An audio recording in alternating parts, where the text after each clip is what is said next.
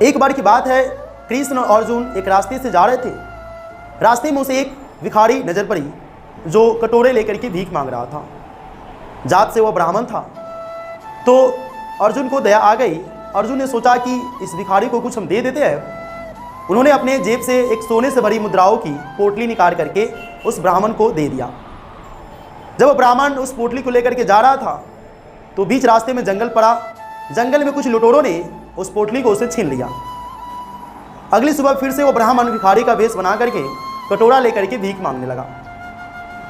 पुनः उस अगले दिन अर्जुन को उस पर नजर पड़ी।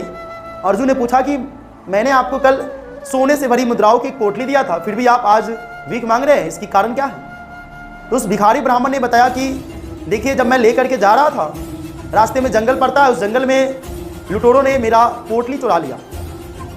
अर्जुन को पुनः दया आ गई। फिर से उन्होंने क्या किया, अपने रत्न निकाल करके उनको दे दिया। वह ले जा करके उस रत्न को ब्राह्मण अपने घर में पुराने मटके में उसे रख दिया और वह सो गया। थका था, सो गया। उसकी पत्नी पानी भरने के लिए मटके लेकर के गई, जो पहले से एक नई मटकी थी। जब वो जा रही थी तो रास्ते में उसका मटका अचानक गिर पड़ा और टूट गया। उसकी पत्नी ने सोचा कि घर में एक पुराना सा मटका है, चलो हम उसमें पानी भर लाते हैं। उसकी पत्नी ने उस मटके को उठाया और ले जा करके नदी में पानी भरना शुरू किया। जैसे ही पानी भरना शुरू की, उसमें से रत्न निकल करके नदी में बह गया। जब ब्राह्मण को ये बात मालूम चला, ब्राह्मण फिर से दुखी हो गया। ब्राह्मण फिर अगली सुबह भीख मांगने चला गया। फिर अगली सुबह जब अर्जुन को इस पर नजर पड़ी तो अर्जुन ने कहा कि आप बार बार ऐसा क्यों कर रहे हैं, इस बार क्या हुआ आपको? कहा कि देखिए ना, ऐसे ऐसे बात है, जब हम इसको रखे थे तो मेरी पत्नी गई पानी भरने, पानी में पूरे के पूरे जो रत्न थे वो गिर गए। तब कृष्ण भगवान मुस्कुराए और कहा कि आप ये 2 रुपये के सिक्के ले लीजिए। अब अर्जुन जब इस बात को देखे तो हंस रहे हैं कि भगवान, जब मैंने इसे एक सोने की भरी पुटली दिया, रत्न दिया, इसका कुछ नहीं हुआ, तो आपकी 2 रुपये से भला इसका क्या भला होगा? कृष्ण मुस्कुराते रहे। ब्राह्मण 2 रुपये के सिक्के लेकर के वहां से चल पड़े। नदी के पास जब ये गए तो देखा कि वहां एक मछुआरा जो है एक मछली को पकड़े हुआ है, जो मछली खूब तड़प रही है।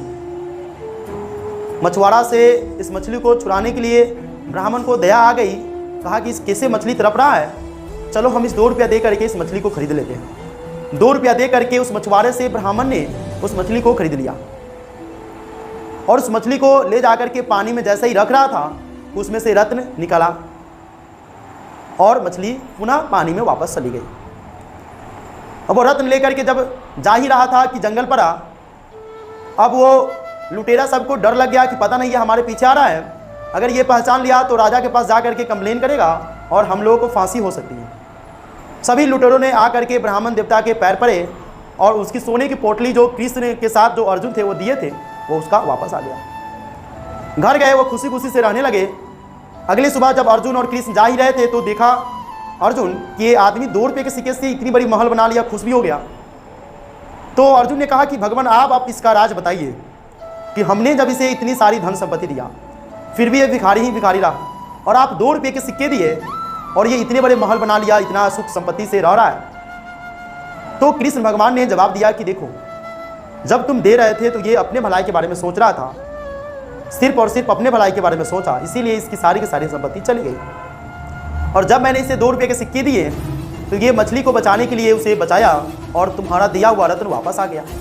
जब रत्न लेकर के वापस जब ये गांव जा रहा था तो रास्ते में इसको सारे के सारे मुद्राएं भी मिल गई और इस तरह से धनिक हो गया। तो इस कहानी से हमें यह शिक्षा मिलती है कि अगर हम दूसरे की भलाई के बारे में सोचें, दूसरों की खुशी में अपनी खुशी ढूंढें, तो हमारे लिए और आपके लिए, उनके लिए भी अच्छा होता है।